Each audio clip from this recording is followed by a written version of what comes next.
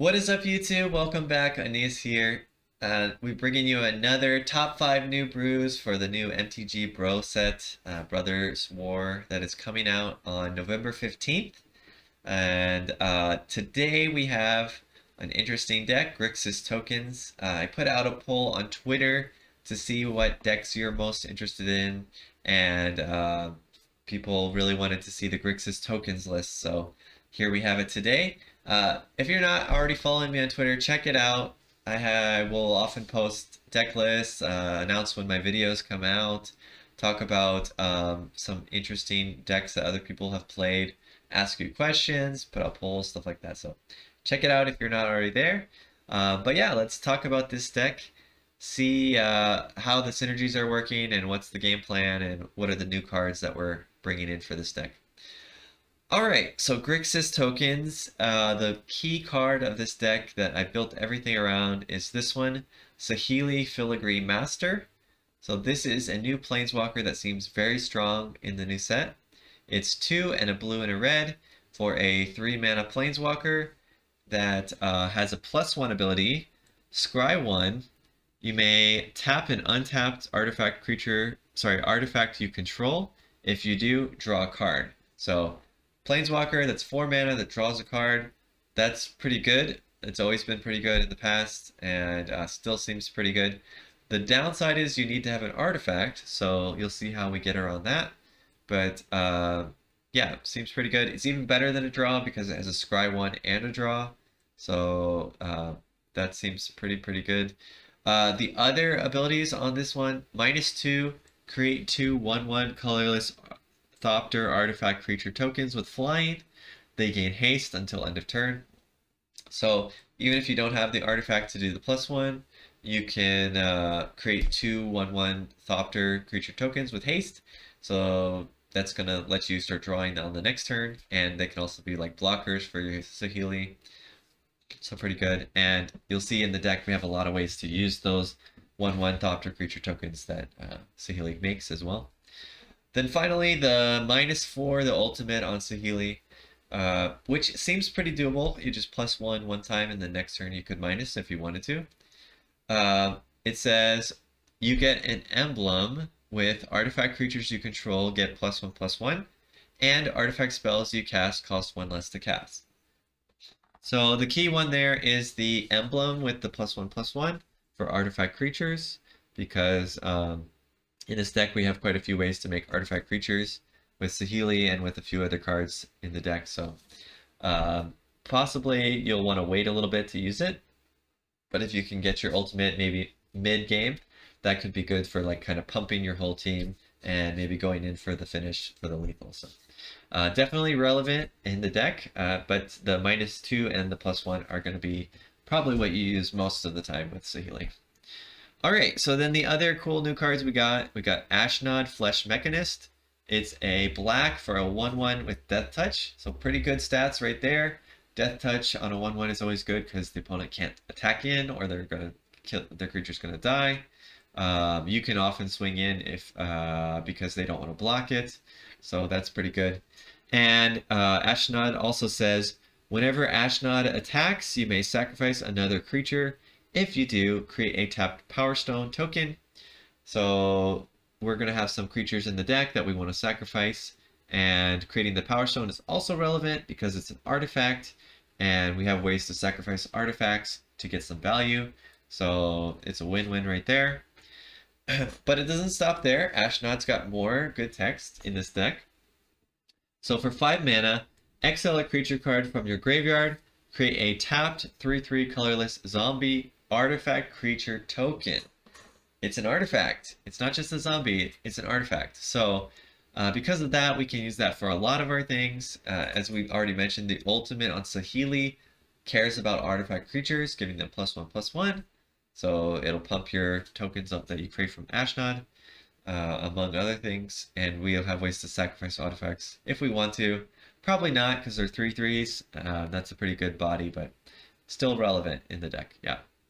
Alright, so the other new card we have going for us is the Third Path Iconoclast. So this is a blue and a red. It's a 2/1. And it says, whenever you cast a non-creature spell, create a 1/1 colorless soldier artifact creature token. So I don't know how many of you missed it. I missed it the first time I read it, but they're not just soldier tokens, they're artifact creature soldier tokens. So that fits perfectly in the synergy for this deck. I mentioned already, Saheeli's ultimate cares about artifact creatures, so we'll pump these tokens.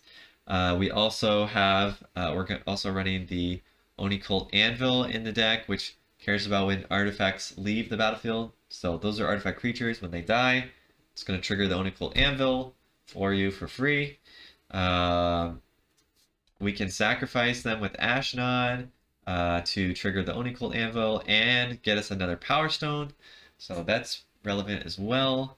So all of that's synergizing together pretty well and pretty cool. And now you might be saying, but Aeneas, we don't have enough spells to cast to trigger the third path iconoclast. Well, hold on. Let's read it a little bit more closely, why don't we? So it says, when you cast a non-creature spell. So it just has to be non-creature. It doesn't have to be instant or sorcery, right?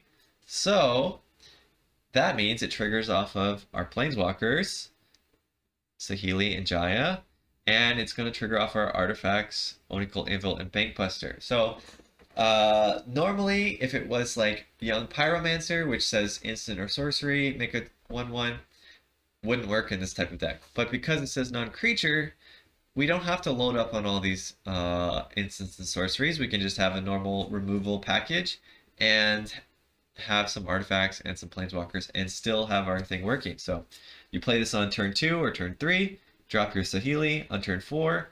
You can immediately draw because it's going to generate you the 1/1 creature artifact creature token. So you can use Saheeli's ability.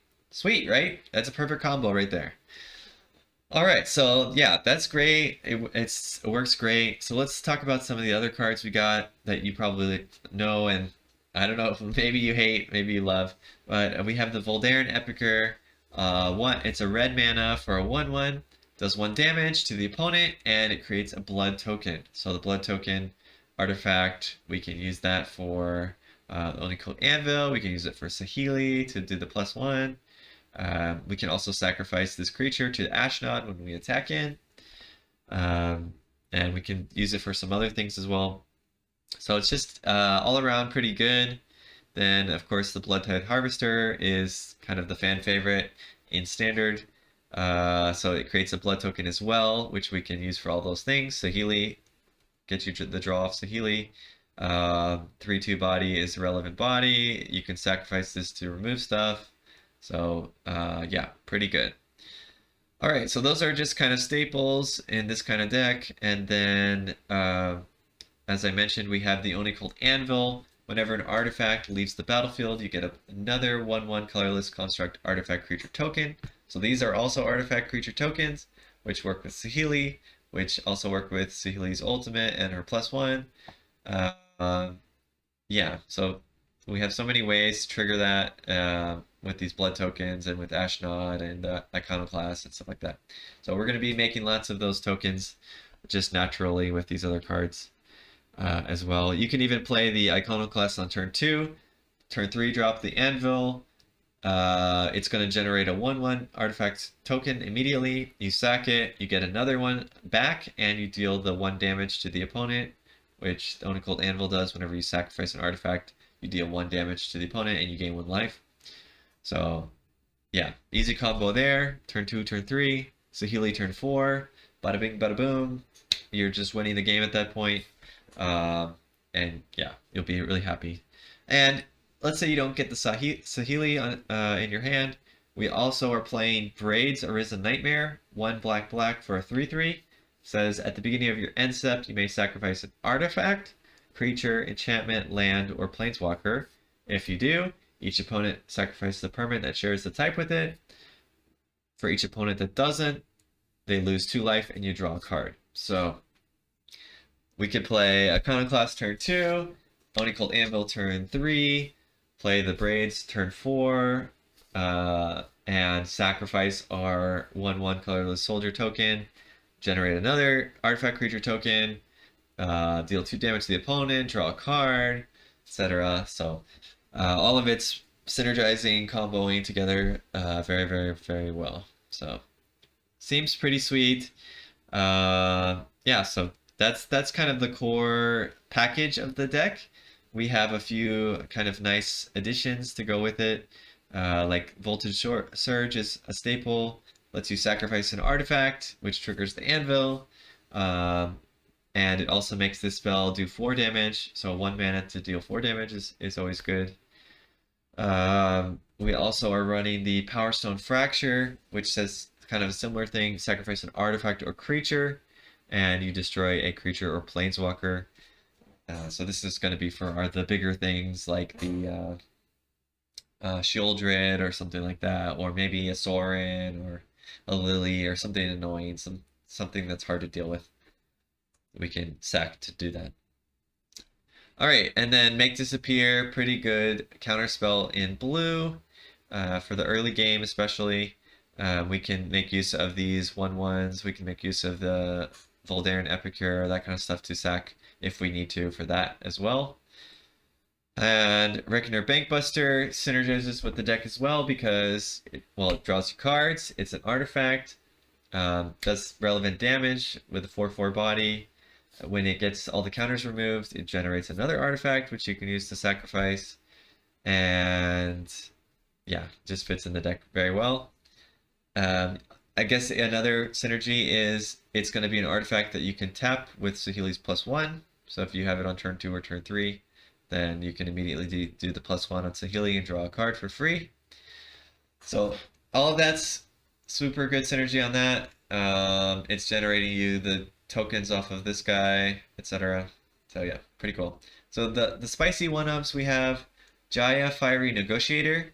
So this is a 4-mana planeswalker that works well in the deck. It has +1, which makes a 1/1 monk creature token with prowess. Prowess says whenever you cast a non-creature spell, that creature gets +1/+1 until end of turn. So we have, like I said, the planeswalkers, the instants, the artifacts, sorceries, all of those are going to trigger the prowess on those tokens. Of course, we can also sacrifice those tokens if we need to Power Stone Fracture or Make Disappear or Ashnod or anything like that. And then -1 on the Jaya, it says exile top 2 cards of your library. Choose one of them. You may play that card this turn, so kind of a draw. And -2, choose target creature an opponent controls. Whenever you attack this turn, Jaya Fiery Negotiator deals damage equal to the number of attacking creatures to that creature.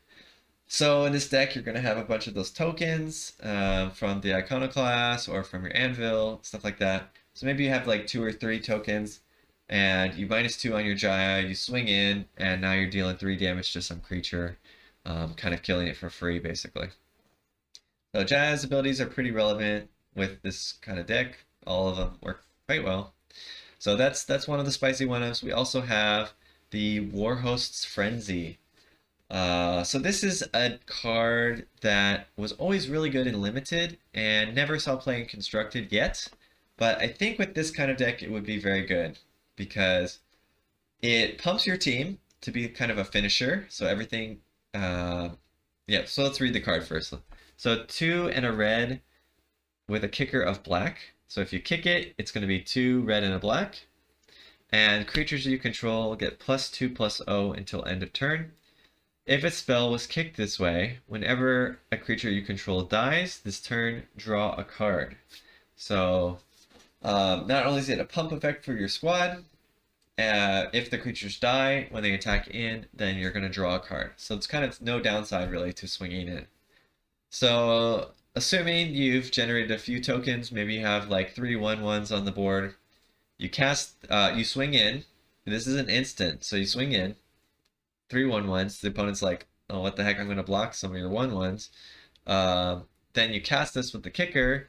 Maybe you trade up with some of their creatures, and some of your creatures die, so you draw a couple cards, and then you swing in for a few damage to the opponent as well.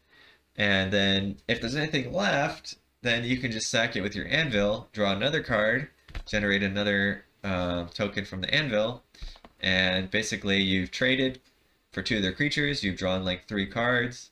You might have done some damage to the opponent. So overall, it's just like a really solid card. And if they have nothing on their board, it can just be a finisher for you to swing in for like 9 or 12 damage on an empty board. So seems pretty solid. Could even be worth having 2 of those in there, to be honest. But I put it as a one-off for now, just to try it out.